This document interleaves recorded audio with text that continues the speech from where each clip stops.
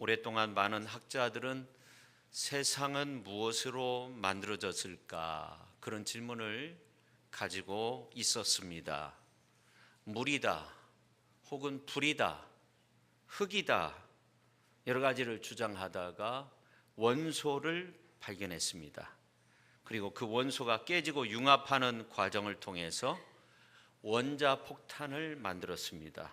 그 후 수많은 과학자들은 원자 안에서 원자핵과 다양한 중성자를 발견했습니다. 과학자들은 더 나아가 입자의 최소 단위는 무엇일까를 고민하면서 50년 동안 연구해 오다가 2012년도에 입자 하나를 발견하게 되었습니다. 한때 우리나라 연구팀을 포함해 41개국 4,065명의 과학자가 연구에 참여한 적도 있었는데, 땅속 100m 지점에 그리고 이제 27km에 걸친 거대 광속기 테바르톤에서 찾아낸 입자의 이름이 힉스 입자입니다.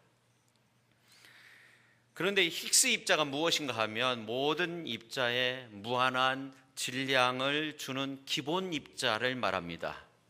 그래서 과학자들은 이 힉스 입자를 God particle, 신의 입자라고 그렇게 부릅니다. 사실 힉스 입자는 테바르톤과 같은 거대 광속기를 통해서 그리고 아주 특별한 현미경으로 확인할 수 있는 그런 입자입니다.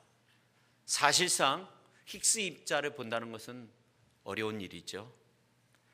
과학자들이 말하는 기본 입자인 힉스를 우리 눈으로 볼 수 없는 것처럼 하나님의 말씀도 우리가 눈으로 볼 수 없습니다. 그러나 하나님의 말씀을 성경에서 이렇게 말하고 있습니다. 하나님의 말씀은 살아있고 활력이 있어 좌우의 날선 어떤 것보다도 예리하여 혼과 영과 및 관절과 골수를 찔러 쪼개기까지 하며 또 마음의 생각과 뜻을 판단하나니, 그렇게 말씀하고 있죠. 그러니까 이 말씀의 입자는 그 어떤 것보다도 큰 힘이 있다는 거죠. 말씀이 살아있어 가지고 어떤 양날 칼보다도 더 예리하다는 거예요. 그래서 이 사람의 속을 꿰뚫어 가지고 영과 혼을 갈라내기도 하고 관절과 골수를 갈라놓기까지 하고 우리 마음의 생각과 의도를 밝혀낸다는 거예요. 이미 2000년 전에 하나님의 말씀의 입자의 능력을 성경은 그렇게 기록하고 있는 겁니다. 그런데 이 힉스 입자는 거기에 약간의 전기장만을 흘려도 그 성분이 바뀐다는 거예요. 마이너스로 플러스로 바뀐다는 거예요. 그런데 하나님의 말씀은 영원합니다. 변함이 없습니다. 우리 인간의 눈에 보이지 않으면서도 살아있는 말씀, 힘이 있습니다. 어떤 양날 칼보다 더 날카롭습니다. 우리 사람의 속을 꿰뚫습니다. 영혼까지도, 우리 육체의 관절, 골수까지도 찔러 쪼개기까지 합니다. 더 나아가 속마음에 품은 생각, 의도를 밝혀내기도 하고, 놀랍지 않습니까? 하나님의 말씀의 입자의 능력은 과학적으로 볼 때 어느 정도 그러한 힘이 있을까 생각해 보면 상상이 안 가죠. 우리의 영혼까지도 그렇게 찔러 쪼개기까지 하는 그 능력이 있지 않습니까? 그러면 믿음의 입자는 어떨까? 하나님의 말씀의 입자가 그러면 믿음의 입자는 어떨까?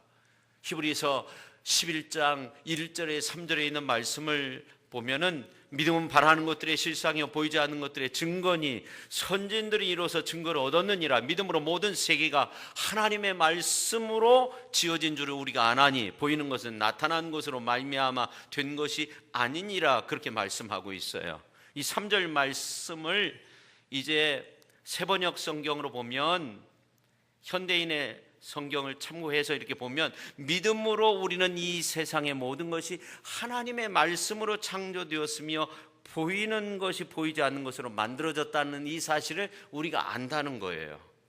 그러니까 우리 신앙의 선배들은 믿음의 입자로 세상의 창조자를 알았고 믿었고 세상이 보이지 않는 하나님의 말씀으로 지으심을 받았다는 이 사실을 알고 히브리서 11장에 기록해 놓았습니다. 그러니 말씀만 무한한 능력과 에너지가 있는 것이 아닙니다. 믿음도 못지 않습니다.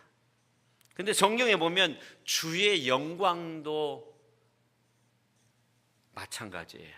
오늘 이제 11절에 있는 말씀을 보니까 제사장이 그 구름으로 말미암아 능히 서서 섬기지 못하였으니 이는 여호와의 영광이 여호와의 성전에 가득함이었더라, 그렇게 말씀하고 있습니다. 오늘 본문에 나오는 이 구름이라고 하는 것은 우리가 차를 타고 이렇게 하늘에서 보는 그런 구름이 아닙니다. 때로는 이제 이 구름을 바라보면서 참 멋지다, 사진을 찍기도 하고 여러 가지 이렇게 모양으로 이렇게 사진을 찍기도 하고 재밌게 이렇게 구름을 보면서 저 모양은 어떤 모양처럼 보인다, 뭐 이렇게 그런 구름이 아니라 하늘의 에너지와 영광이 가득한 거룩한 구름, 오늘 본문 말씀에 나오는 그 구름은 영광의 구름입니다. 제사장이 그 구름으로 말미암아 능히 서서 섬기지 못하였다고 말씀하고 있습니다. 그러면 성전에 하나님의 영광이 가득한 이유가 무엇일까 우리가 한번 생각해 보면 솔로몬이 7년 동안 지은 성전이기 때문에, 첫 번째 하나님 앞에 바쳐진 성전이기 때문에 하나님의 영광이 가득하였을까요? 아니면 오늘 5절 말씀대로 기록할 수도 없고 셀 수도 없는 수많은 재물을 하나님 앞에 바쳤기 때문에 그렇습니까? 아니면 사람들이 인산인해를 이루어서 하나님의 영광이 그 가운데 임하였습니까? 이유는 하나입니다. 솔로몬 왕과 이스라엘 온 회중이 하나님 앞에 예배를 드리는데 영과 진리로 함께 드렸던 예배였기 때문에 하나님의 거룩한 구름이 임했습니다. 예수님이 요한복음서 4장에 보면 수가성의 여인과 대화하는 그러한 장면이 나오는데, 그때 예수님이 하나님은 영이시니 예배하는 자가 영과 진리로 예배할지냐 하신 말씀처럼 예배 가운데 임한 하나님의 영광의 구름이었다는 것인데, 성도 여러분, 하나님은 영이시니 우리가 영과 진리로 하나님 앞에 예배를 드리면 하나님의 영광이 임재하는 그러한 은혜의 체험을 우리가 할 수 있는 겁니다. 성령과 함께 하시는 예배, 성령이 주장하시는 예배, 성령이 임재하시는 예배, 성령의 예배, 하나님의 영광이 임하는 그런 예배를 오늘 우리들도 하나님 앞에 올려드려야 할 줄로 믿습니다. 성령은 우리를 신령과 진정으로 영과 진리로 예배하도록 이 자리로 부르셨어요. 그러므로 우리가 성령을 통해서 하나님의 영광이 임재하는 그러한 소중한 시간이 되어야 하는 거죠. 우리가 예배를 드릴 때마다 그런 마음의 소원을 품고 하나님 앞에 예배를 드려야 되는 겁니다. 첫째, 성령으로 드리는 예배는 신령한 예배였다 하는 겁니다. 제가 드렸던 예배 중에 가장 긴 예배는 인도에 가서 4시간 넘게 드렸던 예배였습니다. 이분들은 예배 드리다가 날씨가 더우니까 물을 한 병씩 싹 돌립니다. 마을에 무슨 구장이나 아니면 이제 시의원이나 이런 사람들이 오면은 목사님이 설교하다가 이 시간 누가 왔으니까 인사하겠습니다. 인사 시간이 또 굉장히 길어요. 우리나라 같으면 예배 드리다가 실신할 사람도 있을 것 같아요. 그러다가 입신할지도 모르지만, 근데 가만히 보니까 이제 시의원이 와서 인사를 하는데 그 중에는 힌두교도들도 많아요. 근데 이렇게 오는 이유가 뭐냐면 예배 시간이 길다는 것을 알고 물을 가져와서 물을 돌리는 거예요. 물병을 돌리는데 한 병만 돌리는 것이 아니라 여러 사람이 오니까 여러 병을 돌립니다. 그러면 그것을 먹으면서 예배를 드리는 거예요. 너무나 더우니까요. 근데 예배 시간이 그렇게 지루하지 않았어요. 이유는 예배가 아주 성령 충만한 예배였기 때문에 그렇습니다. 신령함은 어떤 형식에서 오는 것이 아닙니다. 신령함은 어떤 장소의 개념도 아닙니다. 신령함은 영으로서 드리는 예배입니다. 예수님이 수가성의 여인과 대화하는 가운데 대화가 무르익어 갈 때 이 수가성의 여인이 갑자기 이런 이야기를 꺼냅니다. 주여, 내가 당신을 보니까 당신은 선지자입니다. 그러면서 우리 조상들은 이 산에서 예배를 드렸는데 당신들의 말은 예배할 곳이 예루살렘에 있다고 하더이다. 이 질문은 이 여성이 어렸을 때부터 가지고 있었던 어떤 의문점이었어요. 신앙생활 하면서. 오늘 우리들도 그런 어떤 의문점을 가질 수 있어요. 이러한 질문에 예수님이 대답하십니다. 21절부터 24절 말씀을 우리가 같이 한번 읽도록 하겠습니다. 예수께서 이르시되 여자여 내 말을 믿으라. 이 산에서도 말고 예루살렘에서도 말고 너희가 아버지께 예배할 때가 이르리라. 너희는 알지 못하는 것을 예배하고 우리는 아는 것을 예배하노니 이는 구원이 유대인에게서 남이라. 아버지께 참되게 예배하는 자는 영과 진리로 예배할 때가 오나니 곧 이때라. 아버지께서는 자기에게 이렇게 예배하는 자들을 찾으시느니라. 하나님은 영이시니 예배하는 자가 영과 진리로 예배할지니라. 아멘. 그러면서 예수님이 어떤 말씀을 하시냐면 자신이 메시아 그리스도이심을 알려줘요. 그러니까 이 여성이 물동이를 던지고 마을로 내려가서 내가 예수를 메시아를 보았다, 그리스도를 보았다. 그래서 많은 사람들이 예수님을 믿게 됩니다. 특별히 24절에 나온 영이라는 말은 하나님은 영이시니 예배하는 자가 영과 진리로 예배할지니라. 영이라는 말이 두 번이나 나오는데 이 영은 퓨누마, 이 퓨누마라는 말은 호흡이라는 말입니다. 신령한 예배는 다른 게 아닙니다. 성령과 내가 일치된 예배, 성령으로 호흡하는 예배, 성령으로 기도하고 성령으로 찬양하고 성령으로 말씀 듣고 성령으로 찬송하는 예배가 신령한 예배인 줄로 믿으시기를 바랍니다. 성도 여러분, 열왕기상 8장에 나오는 예배가 신령한 예배, 성령의 예배였다는 것을 어떻게 알 수 있습니까?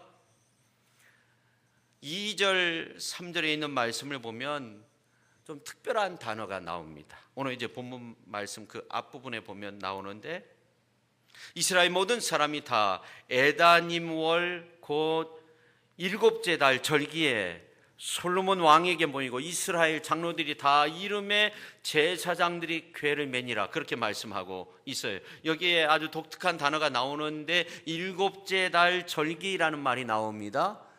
초막절을 말하는 겁니다. 근데 그 절기 앞에 에다님월이라는 말이 나옵니다. 아주 특별한 말입니다. 열왕기상을 기록한 저자는 다른 곳에 나오지 않는 이 에다님월 이 말을 통해서 우리에게 분명히 주고자 하는 메시지가 있는데 에다님이라는 말이 에탄이라는 히브리 말에서 나온 말인데 이 뜻은 영원토록 솟아나는 물 그런 뜻을 가지고 있습니다. 영원토록 솟아나는 물. 신약 성경에도 보면 영원히 솟아나는 물에 관한 이야기가 요한복음서 4장에 나오죠. 수가성의 여인에게 에탄에 대해서 말했습니다. 내가 주는 물을 마시는 자는 영원히 목마르지 아니하리니 내가 주는 물은 그 속에서 영생하도록 솟아나는 샘물이 되리라. 영생하도록 솟아나는 샘물이 바로 에탄이라는 말입니다. 히브리 말로요.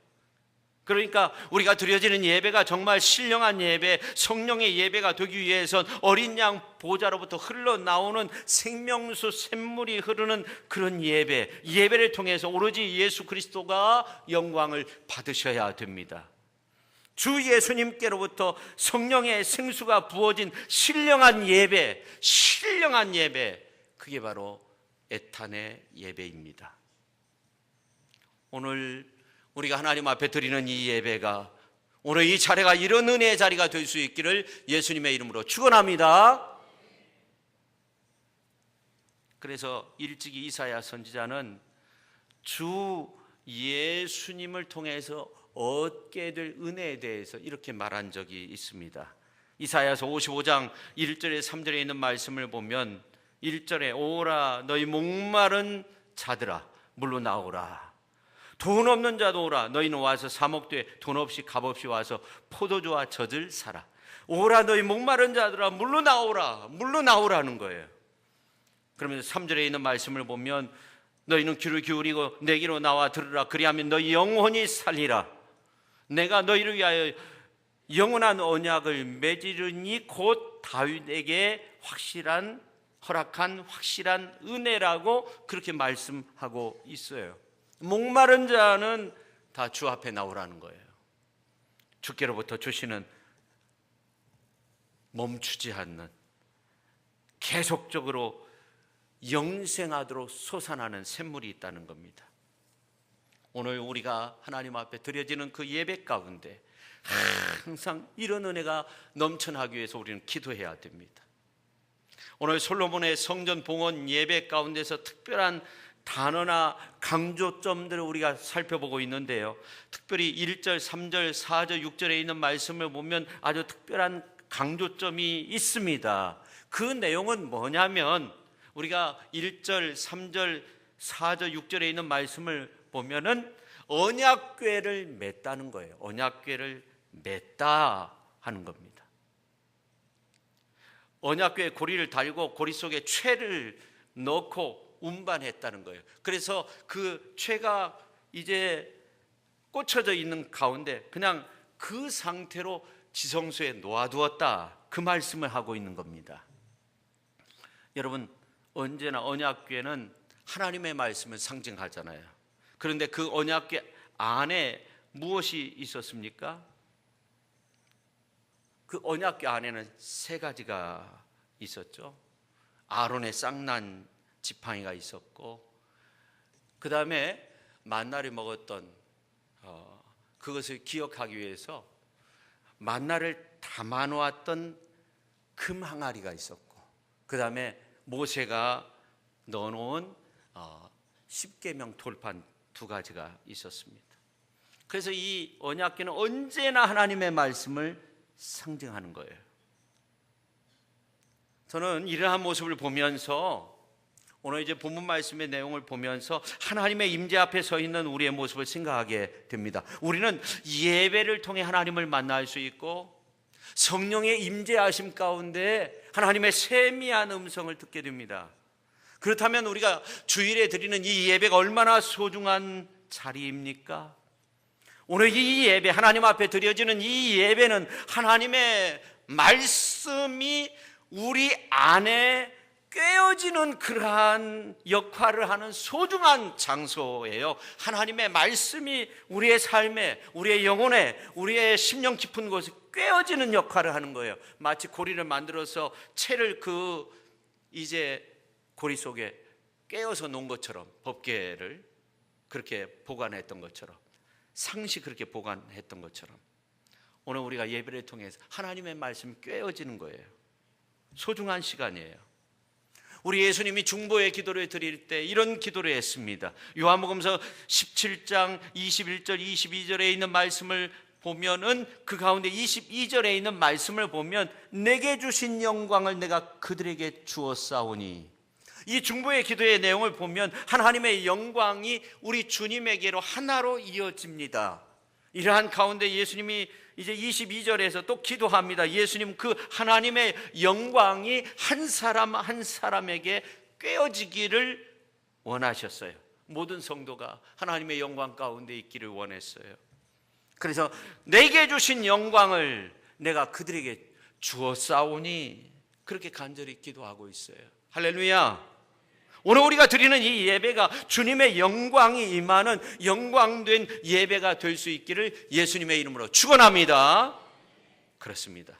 주님이 기도하신 대로 신령한 예배의 본질은 예배를 통해서 하나님과 하나 되는 거예요.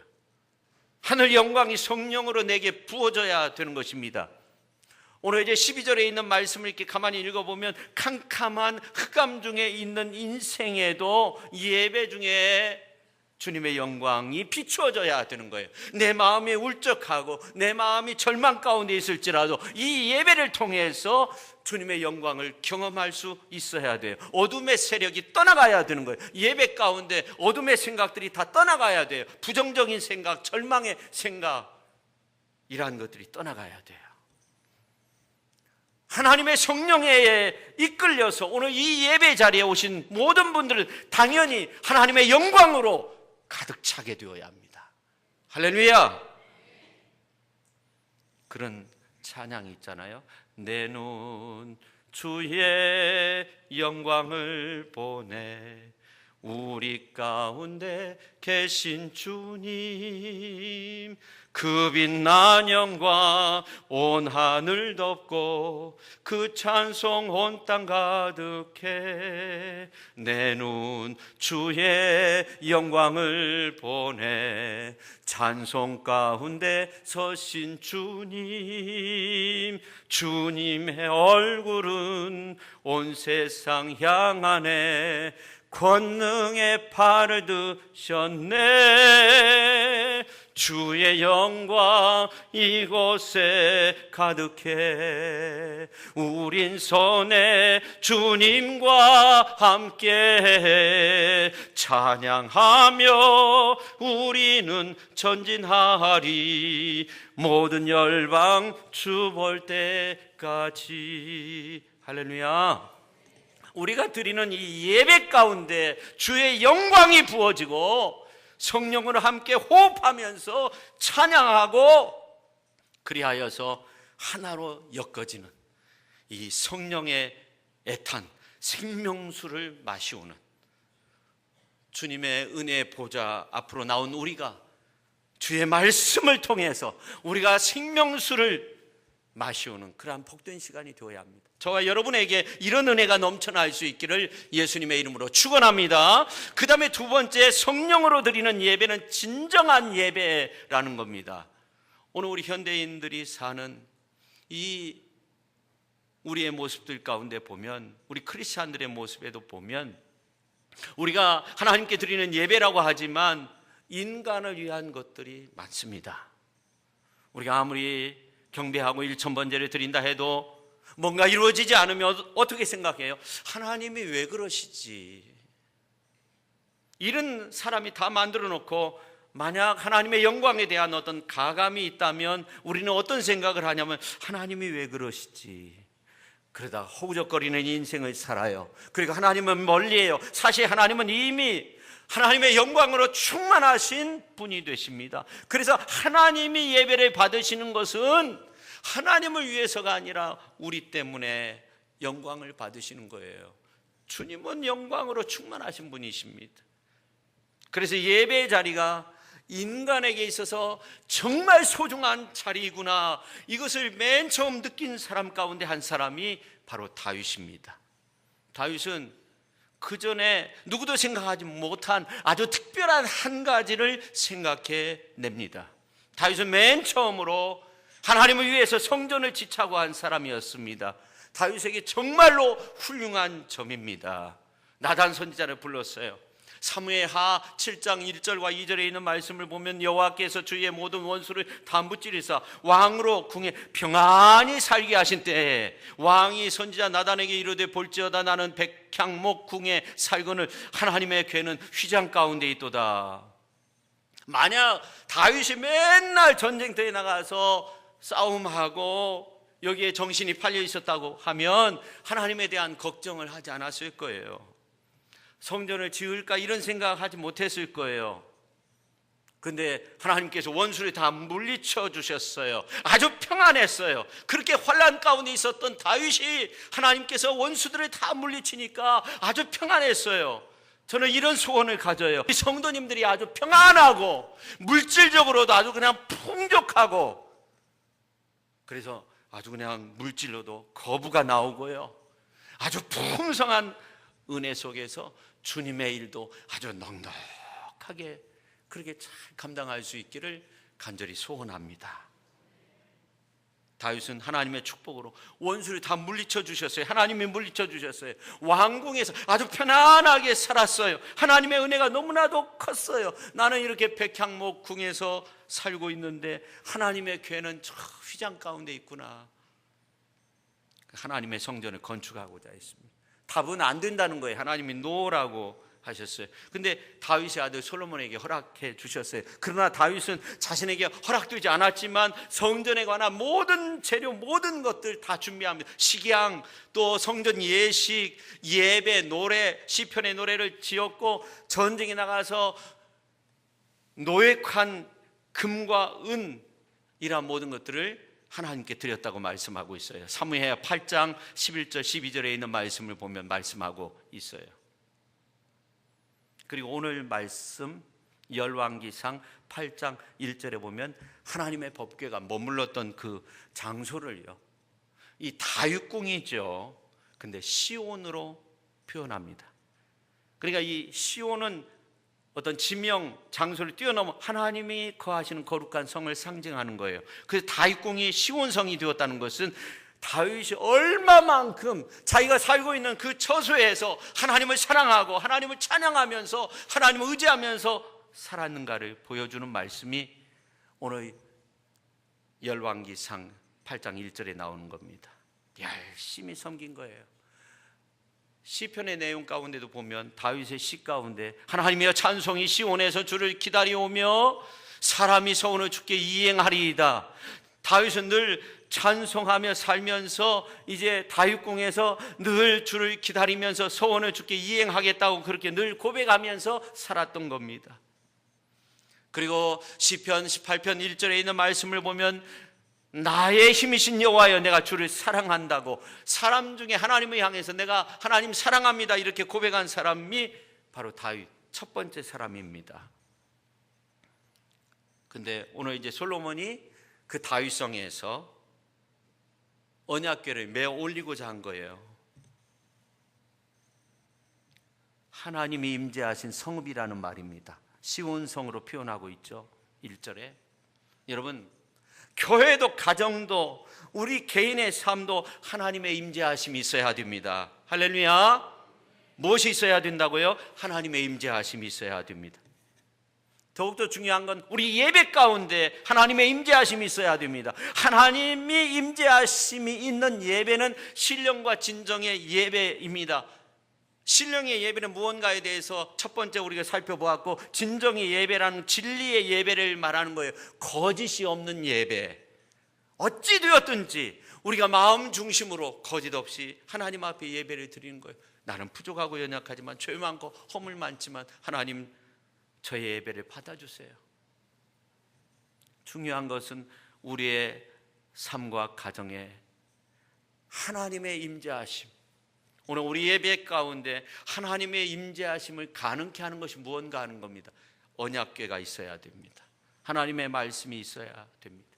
그 중요한 단서가 오늘 1절과 9절에 나와 있는데, 1절에 보면 솔로몬이 언약의 궤를, 여호와의 언약궤를 다윗성 곧 시온에서 메어 올리고자 했다 이렇게 나오고요. 그 다음에 9절에 있는 말씀을 보면 그 궤 안에는 두 돌판 위에 아무것도 없었다 하는 거예요.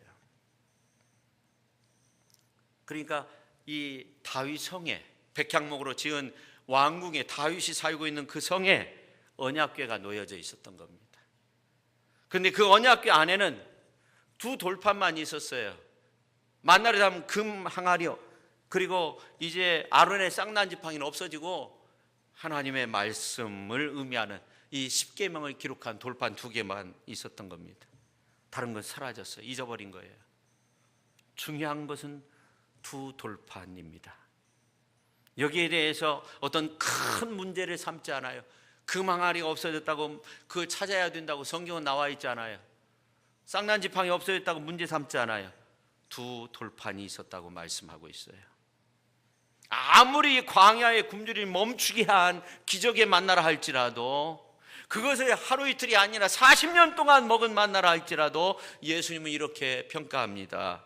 요한복음서 6장 49절에 보면 너희 조상들은 광야에서 만나를 먹었어도 죽었다는 거예요.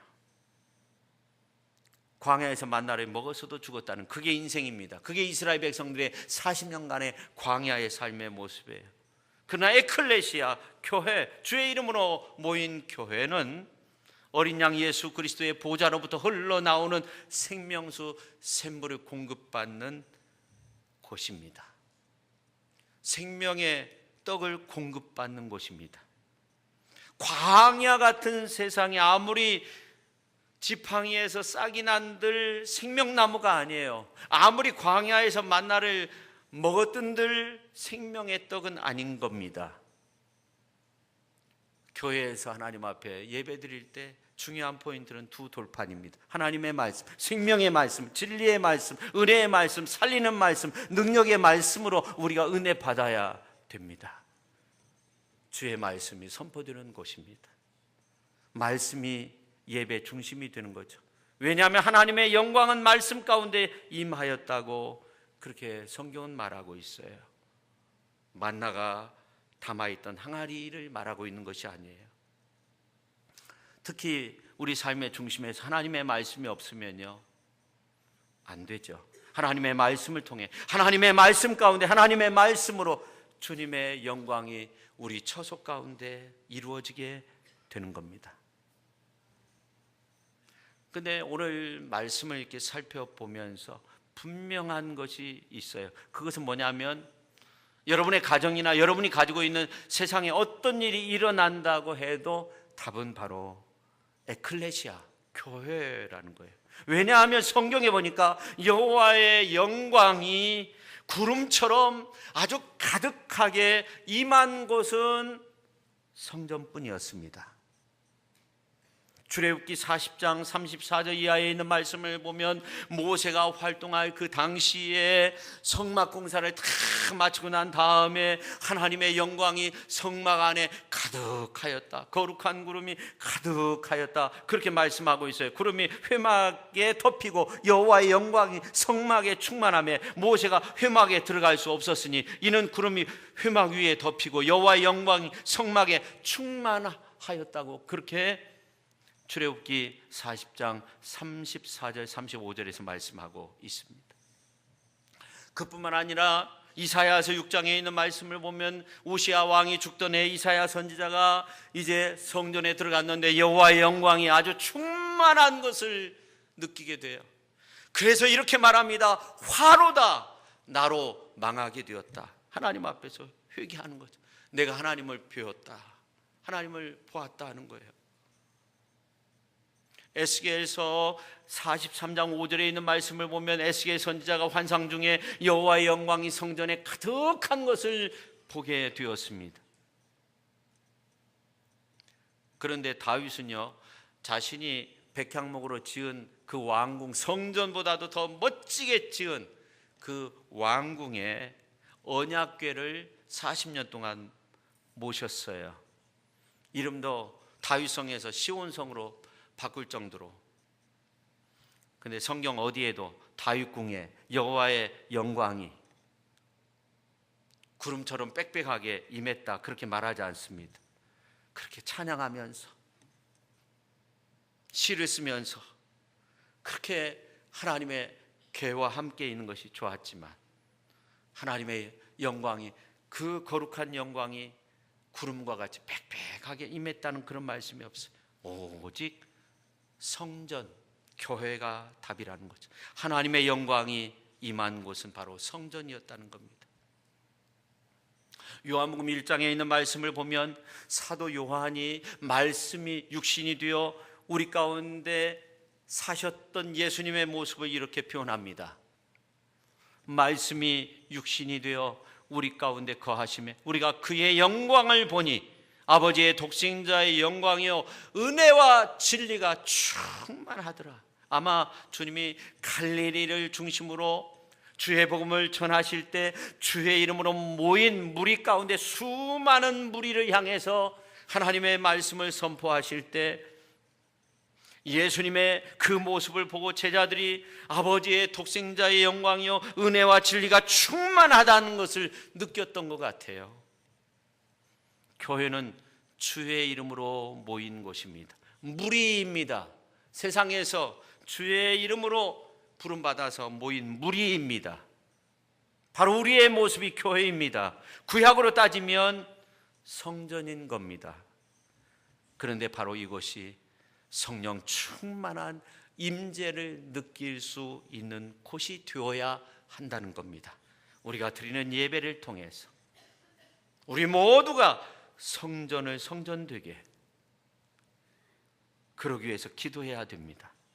성령은 우리를 부르십니다. 성령은 우리를 신령과 진정으로 예배 드릴 수 있도록 우리를 부르십니다. 예배하게 하십니다. 성전에서 부활과 생명 되신 예수님을 우리는 만날 수 있어야 됩니다. 그 영광된 은혜를 함께 누릴 수 있어야 됩니다. 성령 충만한 임재를 오늘 우리가 함께 누릴 수 있어야 됩니다. 언제나 주님의 은혜와 주님의 진리가 충만한 가운데 하나님 앞에 예배를 드릴 수 있어야 됩니다. 그런 영광 가운데 주님을 만날 수 있어야 됩니다. 그런 영광 가운데 주님을 만날 수 있는 저와 여러분 모두가 될 수 있기를 예수님의 이름으로 축원합니다. 기도하겠습니다. 하나님 아버지, 주님의 영광이, 그 거룩한 빽빽한 구름과 같은 그 영광이 임한 곳은 바로 주의 전이었습니다. 성전이었습니다. 지금으로 따지면 교회, 주의 이름으로 모인 무리가 있는 그곳입니다. 아버지 하나님, 오늘 우리가 언제나 하나님의 말씀과 함께하는 삶이 되게 하시고, 또 우리가 하나님 앞에 예배를 드릴 때 영과 진리로 예배를 드려서 하나님의 큰 영광을 우리가 함께 누리며, 우리 예수님이 그렇게 기도하셨던 것처럼 하나님의 영광을 경험하고 그 영광 가운데 세상에 나가 주의 빛으로 소금으로 살아갈 수 있는 위대한 하나님의 사람들이 다 되게 하여 주옵소서. 예수님의 이름으로 기도하옵나이다. 아멘.